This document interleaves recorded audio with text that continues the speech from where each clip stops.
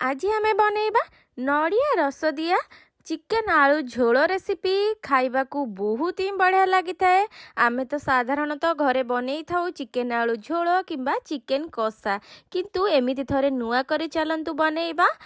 आमु आपण मानकु नड़िया रस दिया कंकड़ा आलू झोल रेसिपी मध्य शेयर करछि, आउ नड़िया रस दिया चिंगुड़ी आलू झोल मध्य रेसिपी शेयर करछि। सबु गुड़िक आपण मानकु डिस्क्रिप्शन रे लिंक शेयर कर देबी, आपण मान चाहिले चेक करि परिबे। तेबे चलंतु आरंभ करिबा जे रेसिपी। नड़िया रस दिया चिकेन आलू झोल पई ए सबु सामग्री दरकार। गोटे केजी पाखापाखि ब्रॉयलर चिकेन नहीं जाइए, ताको भल भाव धोईकी सफा कर नहीं जाइए।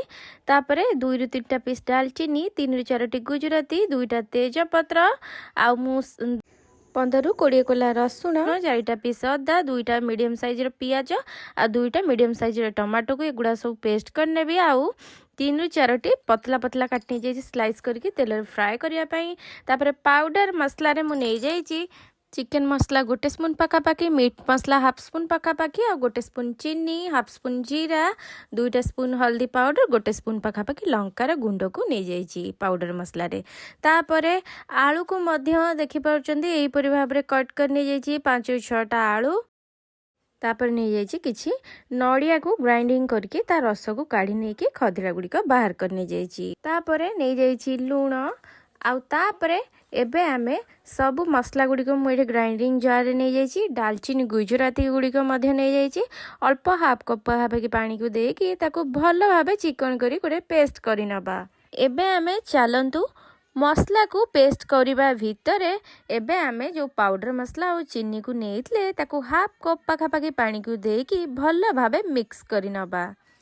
कहीं ना मसला को जितेबाला आम दबा तो डायरेक्ट पाउडरटा देले जेहेतु हाई फ्लेम रे जाल रे थिबो तो सेटा पोड़िला टाइप लगे, किंतु एमती थरे मसला सहित पानी को मिक्स करके दियंतु देखिबे आपनका तरकारी बहुत बढ़िया टेस्ट आसीबो। आपण माने ए टिप को निश्चिंत फॉलो करंतु, आपनका तरकारी बहुत बढ़िया बनिबो। आउ आमे चुल्ली रे जेहेतु बनैबा तार टेस्ट किछि नियारा। मु कड़ाई बसै नै जाछि 3 ରୁ 4 टेबल स्पून पाखापाखि कड़ाईटी तातिला परे मु सोरिष तेल को दे देछि। एबे आलूटी भल भाबे भाजीबा को दबा। देखि पारचंती आलूटी बढ़िया भाबे लाइट ब्राउन कलर हे आसलानी, ता माने आलूटी हे गलानी। एबे आमे आलू गुड़िक काढ़ी नबा। आलू गुड़िक मु काढ़ीबा भितरे तेल रे मु एबे दे दोछि तेजपत्र, दालचीनी, गुजराती जो स्लाइस कर रखतले पियाज एका बेलके आमे दे दबा। आउ आमे पियाज को लाइट ब्राउन कलर हबा पर्यंत पियाज को भाजीबा, जहाँ फल कि तरकारी टेस्ट बहुत बढ़िया आसीबो। और बेसी पोड़ा पोड़ा करके फ्राए करबानी। आस्ते आस्ते पियाजटी बहुत बढ़िया कलर आसी गलानी। आ देखि पारुचंदी मसला पेस्ट पूरा हमर रेडी हे जाइची। पियाजटी मध्य बढ़िया भाबे लाइट ब्राउन कलर हे आसलानी। आमे जो मसला को पेस्ट को बनैथले एबे आमे ताकू दे दबा। एबे आमे मसला को भल भाबे मसला साइड रु तेल छाड़ी हेबा पर्यंत मसला को कसिबा। तापरे आमे मसला को 5 मिनट कसिबा परे आमे जो पाउडर मसला थिला आउ तापरे हल्दी पाउडर आउ चीनी सबु गुड़िक आमे जो गोटे बहुलिया मिक्सचर तैयारी करथिले पानी देकी एबे आमे ताकू देकी कसिबा। आउ से पर्यंत कसिबा जे पर्यंत मसला रु कंचा स्मेल जाइनी आउ साइड रु तेल छाड़ीनी भल भाबे से पर्यंत आमे मसला को कसिबा। तापरे आमे मसला रे दे दबा स्वाद अनुसार लूण को, आउ लूण देला परे ताकू आमे कसिबा।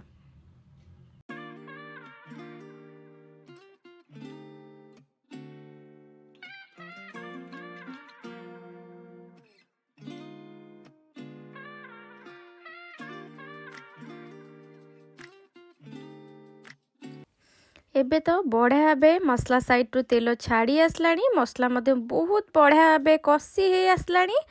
एबे कौन करिबा ना आमे चिकेन गुड़िक देके ताकू कसिबा। आउ आमे चिकेन को खोला रे 5 मिनट पाखापाखि कसिला परे तापरे आमे घोड़नी देकी ताकू आमे सिझिबा को छाड़िबा। मझिरे मझिरे मध्य घोड़नी खोलिकी ताकू कसी नहीं जाउथिबा, कारण लगिଯିव, लगिले पोड़ा स्मेल आसब तरकारी। तो से अनुसार आमे मझिरे मझिरे चेक करुथिबा।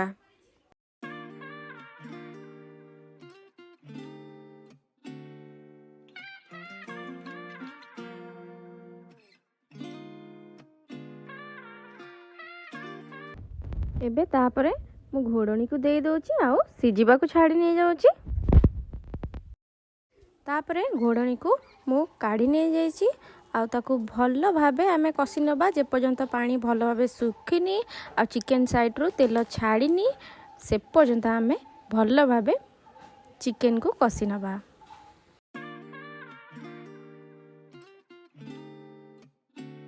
तापरे आमे चिकन आलू को दे दबा आउ जो नड़िया रस को बनैथिले आउ तार खदड़ा को काढ़ी नहीं जाइथिले ताकू दे दबा आउ कसीबा ताकू भल भाबे जे पर्यंत साइड रो तेल छाड़ीनी से पर्यंत आमे कसीबा। जेहेतु नड़िया कोराटी मु कोरिकी फ्रिज रखी थी तो मु पानी देकी ताको ग्राइंडिंग करली तो टिके पानी चाहिए अधिक जेहेतु पानी देइथिले आपण माने अल्प पानी देकी ग्राइंडिंग करिकी तार रस को काढ़ी नेबे। रसटी आपण मानकर बहुलिया भाबे बाहर आ मोर जेहेतु टिके अधिक पानी थिला तो टिके पानिया हो जाइथिला तो आपण माने देखिकी करिवे। तापर एबे आमे भल भाबे पानी सुखिबा पर्यंत पूरा जोर जाल देकी जेहेतु मु चुली रे बनीची तो जोर जाल देकी ताको भल भाबे कसी नहीं जाउची।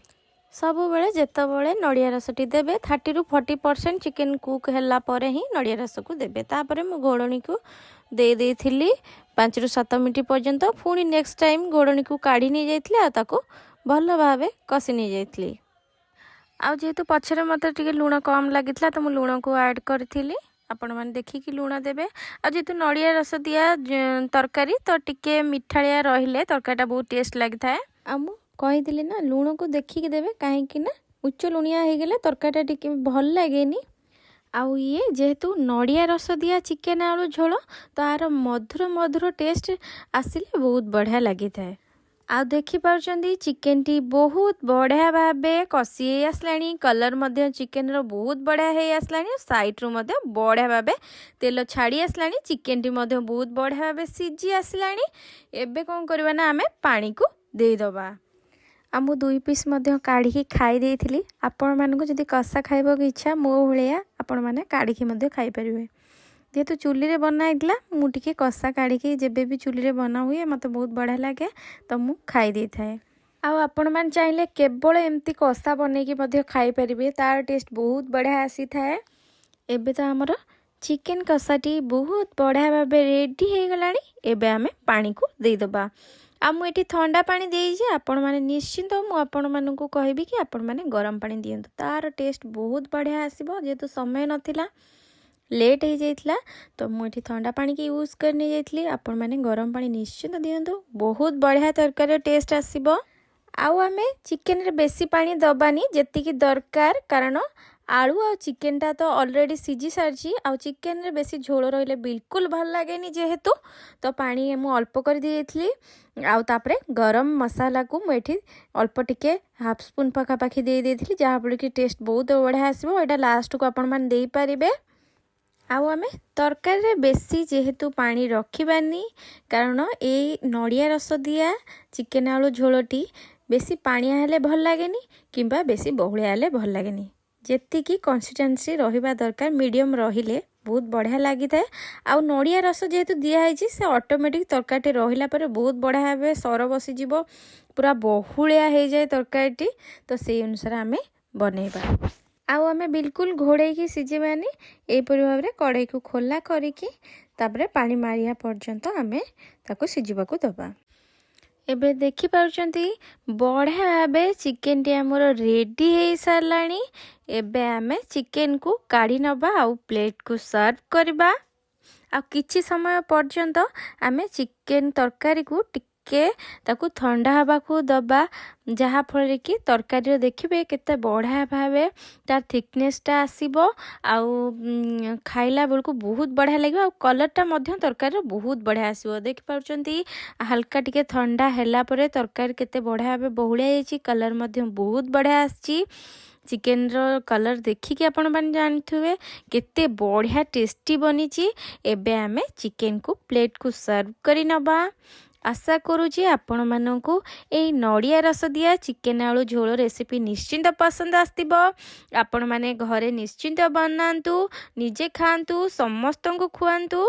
आउ जदि आपण मानकु एई नड़िया रस दिया चिकेन आलू झोल रेसिपीटी भल लागिथिले सौम्य द फूड ब्लॉगर को गोटे लाइक कर दियंतु, शेयर कर दियंतु, सब्सक्राइब कर दियंतु, पाखटिया बेल आइकन मते प्रेस कर दियंतु, जहा द्वारा कि आपण मानक पाखरे मोर वीडियो प्रथम करी जाई पहुंची पारिबा। तेबे मु रहूची देखाबो नेक्स्ट वीडियो रे। टाटा बाय बाय नमस्कार।